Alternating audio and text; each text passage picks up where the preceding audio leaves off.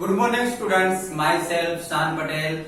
Today we are going to start part 4 of chapter 9 soil. जैसे कि बच्चों हमने अभी तक 3 part soil chapter number 9 soil के 3 पार्ट समझे। पार्ट 1 में हमने सोइल के इम्पोर्टेंस के बारे में समझा कि सोइल जो है हमारे लिए कितनी इम्पोर्टेंस है। जिस सोइल के ऊपर हम रहते हैं, जिस लैंड के ऊपर हम रहते हैं, जिसके ऊपर हमारे हाउसेस है ना, जब हम हमारी बात तो छोड़ो, एनिमल्स, ट्रीज, सब जितने भी लिविंग ऑर्गेनिज्म है सब सोइल के ऊपर डिपेंड है। सोइल के ऊपर उसका शेल्टर है। सोइल के ऊपर ही क्या होता है, क्रॉप्स, जो हम क्रॉप्स जो ईटिंग करते हैं, बराबर, वो क्रॉप जो है वो भी सोइल में ही बनता है। समझ में है? सोइल में ही वो प्रोड्यूस होता है, सोइल में ही वो ग्रोथ होता है। तो पार्ट 1 में हमने सोइल के इंपोर्टेंस के बारे में समझा था। पार्ट 2 में हमने किसके बारे में समझा था? पार्ट 2 में हमने सोइल प्रोफाइल, किसके बारे में? Soil profile. सोइल जो है वो हम जो टॉप सोइल है जिसके ऊपर हम रहते हैं उसके नीचे भी सोइल के कुछ लेयर्स है। तो सोइल प्रोफाइल के बारे में हमने कुछ समझा था, फिगर हमने ड्रॉ की थी, याद है आपको? A horizon, B horizon, C horizon and last bedrocks. ये पूरी सोइल प्रोफाइल के बारे में हमने समझा था। एंड पार्ट 3 में हमने किसके बारे में समझा था? पार्ट 3 में हमने सोइल, जो टाइप्स ऑफ सोइल है, टाइप्स ऑफ सोइल के बारे में समझा था। There are 3 types of soil, 3 types के सोइल के बारे में समझा था। First one is sandy soil, second is clay soil and third is कौन सी थी? Loamy soil. समझ में आया? उससे सबसे बेस्ट कौन सी थी? लोमी सोइल, क्योंकि लोमी सोइल में क्रॉप्स बहुत अच्छा ग्रो होता है, क्योंकि लोमी सोइल जो होती है वो Sandy soil and clay soil का मिक्सचर होता है। समझ में आया? और उसमें सील भी इंक्लूड होता है। तो अब तक हमने 3 पार्ट हमने देखे इस चैप्टर के सोइल में। आज हम पार्ट 4 सीखने वाले हैं। पार्ट 4 में हम सोइल का जो पर्कोलेशन रेट होता है, क्या होता है? पर्कोलेशन रेट के बारे में समझेंगे। ओके, डिटेल में हम समझते। देखिए, see here properties of soil. Soil को कुछ प्रॉपर्टीज होती है। कौन कौन सी प्रॉपर्टीज होती है? तो सबसे फर्स्ट प्रॉपर्टी के बारे में आज हम समझेंगे, percolation rate of water in the soil. Soil में वाटर का पर्कोलेशन रेट जो है वो कितना होता है उसके बारे में समझेंगे। बुजो एंड पहेली mark 2 different squares of 50 centimeter multiplied by 50 centimeter each, one on the floor of their house and the other on the kacha road. They filled 2 bottles of the same size with water. बच्चों यहाँ पे ऐसा बताया गया है कि बुजो and पहेली उन्होंने 2 स्क्वायर लिए, मार्क किए, 2 स्क्वायर मार्क किए। कौन कौन से 2 स्क्वायर? जो स्क्वायर से दोनों की साइज है 50 सेंटीमीटर मल्टीप्लाई बाय 50 सेंटीमीटर। बच्चों यहाँ पे जो 50 सेंटीमीटर मल्टीप्लाई बाय 50 सेंटीमीटर है, यहाँ पे जो लिखा है वो उसका एरिया है। 50 मल्टीप्लाई बाय 50 उतने का स्क्वायर लिया, बराबर, वो एरिया दिया है स्क्वायर का। ऐसे 2 स्क्वायर किए। ये दोनों स्क्वायर कहाँ पे किए? तो एक तो one on the floor of their house, एक तो उसका जो हाउस है उसके फ्लोर पे एक स्क्वायर वहां पे किया, and the other on the kachcha road, और दूसरा स्क्वायर कहाँ पे किया? कच्चा रोड पे। बाहर कच्चा रोड था वहां पे। समझ में आया? कच्चे रोड में तो क्या होती है? सोइल ही होती है ना? तो 2 स्क्वायर किए। देखो यहाँ पे इस तरीके से, यहाँ पे 2 स्क्वायर आपको दिख रहे हैं। यहाँ पे ये फ्लोर है, हाउस फ्लोर वाला स्क्वायर है, और दूसरा यहाँ पे कच्चा रोड पे किया है वो स्क्वायर है, बराबर। इस तरीके से 2 स्क्वायर किए। Then they fill 2 bottles of the same size with water. बाद में उसने क्या किया कि 2 बोतल, सेम साइज की 2 बोतल ली और दोनों बोतल को वाटर से फिल कर दिया। दोनों में सेम वाटर, पूरी वाटर वो फिल कर दी। समझ में आया? Okay, then They emptied the water from the bottles, one each at the same time in the two square. यहाँ पे ऐसा बताया गया है कि ये दोनों बोटल्स को ये दो स्क्वायर किए थे। एक स्क्वायर कहाँ पे किया था? एक स्क्वायर हाउस फ्लोर पे किया था और दूसरा स्क्वायर कहाँ पे किया? दूसरा स्क्वायर रोड, कच्चा रोड था वहां पे किया था। उसके बाद उसने क्या किया कि दो सेम साइज की बोटल्स ली और दोनों बोटल्स को वाटर से फिल कर दिया। समझ में आया? अब उसने क्या किया?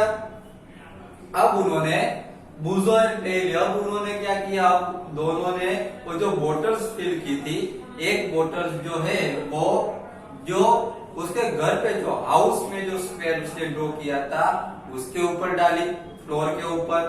समझ में आया? वो स्क्वायर में। और दूसरी जो बोतल है वाटर की, वो बाहर जो कच्चा रोड था, जो सोइल थी, उसके ऊपर वो बोटल्स एम्प्टी कर दी, वो खाली कर दी, वो पोर कर दी। समझ में आया?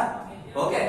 तो अभी दोनों बोतल अलग अलग प्लेस पे उन्होंने डाली। एक तो हाउस फ्लोर में जो स्क्वायर था उसके ऊपर और दूसरी जो कच्चा रोड में जो स्क्वायर बनाया था उसके ऊपर। Okay. They observed that the water on the floor flowed down and was not absorbed. अब इन दोनों ने ऑब्जर्व किया कि उसने जो हाउस फ्लोर पे जो स्क्वायर बनाया था उसमें उसने जो वाटर पोर किया, जो वाटर डाला, उससे क्या हुआ कि जो वो जो वाटर था वो फ्लोर पे क्या हो गया? फ्लो हो गया। क्या हो गया? फ्लो हो गया। क्योंकि अब हमारे हाउस में देखो, हमारे हाउस में भी हमारे हाउस पक्के होते हैं, उसका फ्लोर भी कैसा होता है? टाइल्स वाला होता है ना। अगर हम उसके ऊपर अगर हम वाटर डालेंगे तो क्या हो जाएगा? टाइल्स के ऊपर वो फ्लो हो जाएगा water. Okay. Then on the kachcha road on the other hand the water was absorb.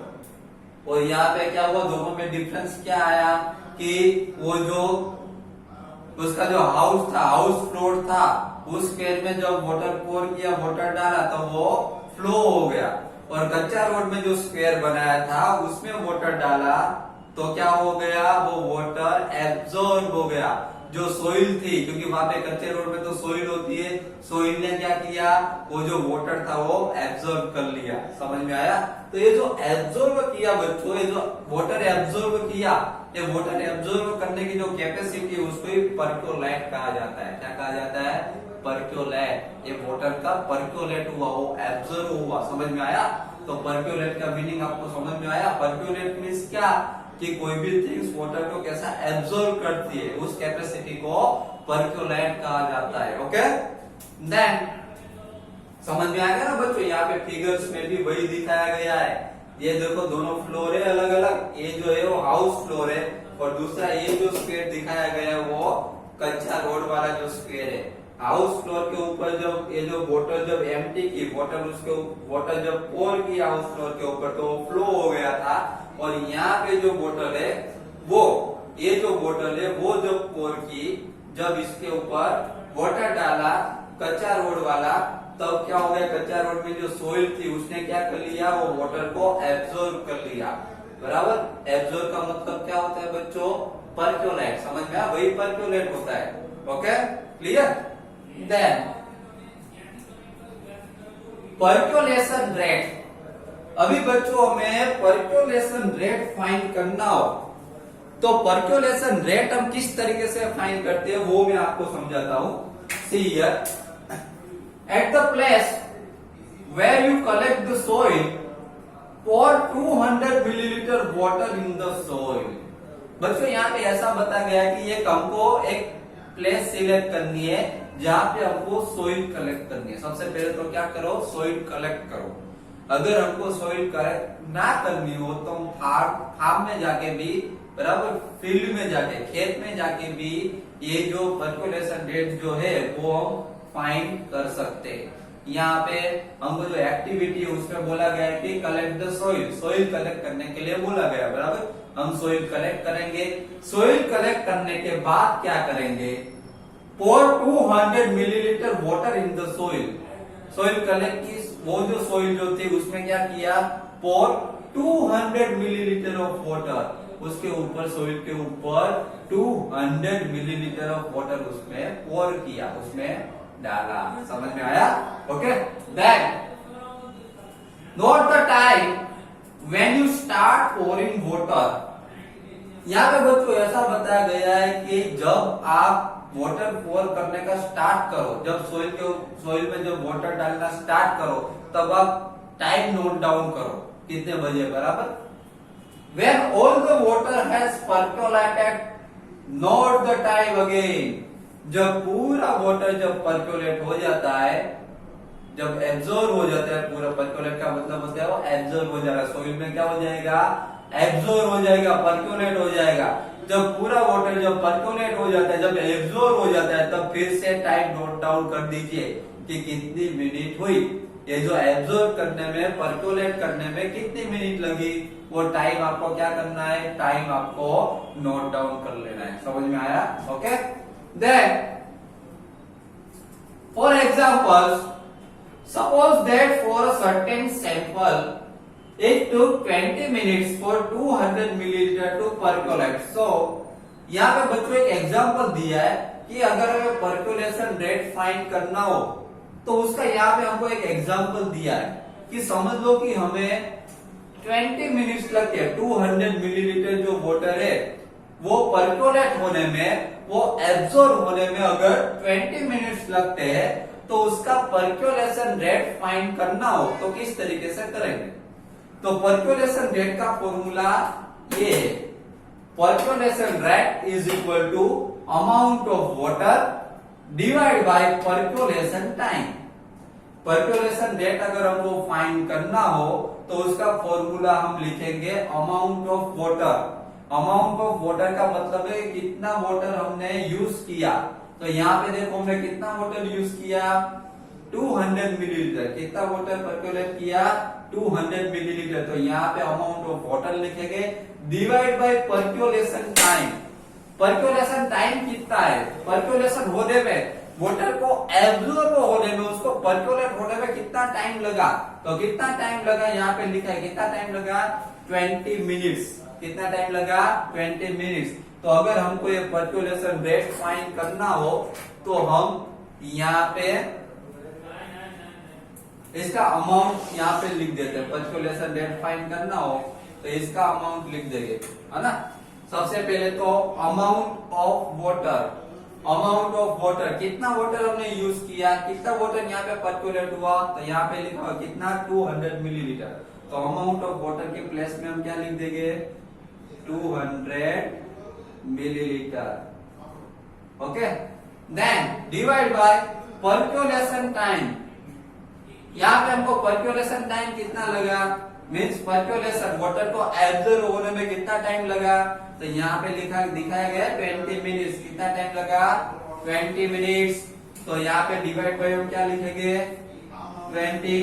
तो यहाँ पे लिख दो 20 मिनट्स। क्लियर।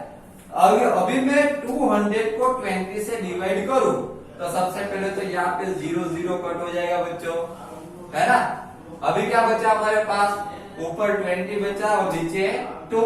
20 को अगर हम 2 से डिवाइड करते हैं तो हमको आंसर मिलता है 10, बिकॉज 2 10 जा 20। क्लियर। यहाँ पे बच्चों परकोलेशन रेट का यूनिट भी लिखना बहुत जरूरी है। यहाँ पे ऊपर मिलीलीटर था तो यहाँ पे लिख दो मिलीलीटर डिवाइड बाय, डिवाइड में क्या मिनट, तो डिवाइड बाय मिनट। तो इसको 10 मिलीलीटर पर मिनट कहा जाता है। तो ये हमारा आंसर हो गया परकोलेशन रेट 10 मिलीलीटर पर मिनट। समझ में आया बच्चों। तो आज के लेक्चर में पार्ट 4 में हमने परकोलेशन रेट के बारे में समझा कि परकोलेशन रेट किस तरीके से फाइंड करते हैं। ओके, तो बस आज के लेक्चर में इतना ही। इससे आगे की जो प्रॉपर्टी है, आज हमने एक ही प्रॉपर्टी समझी है, percolation rate of water in the soil. अभी जो सेकंड प्रॉपर्टी है वो हम नेक्स्ट लेक्चर में पार्ट 5 में समझेंगे। Okay, thank you very much.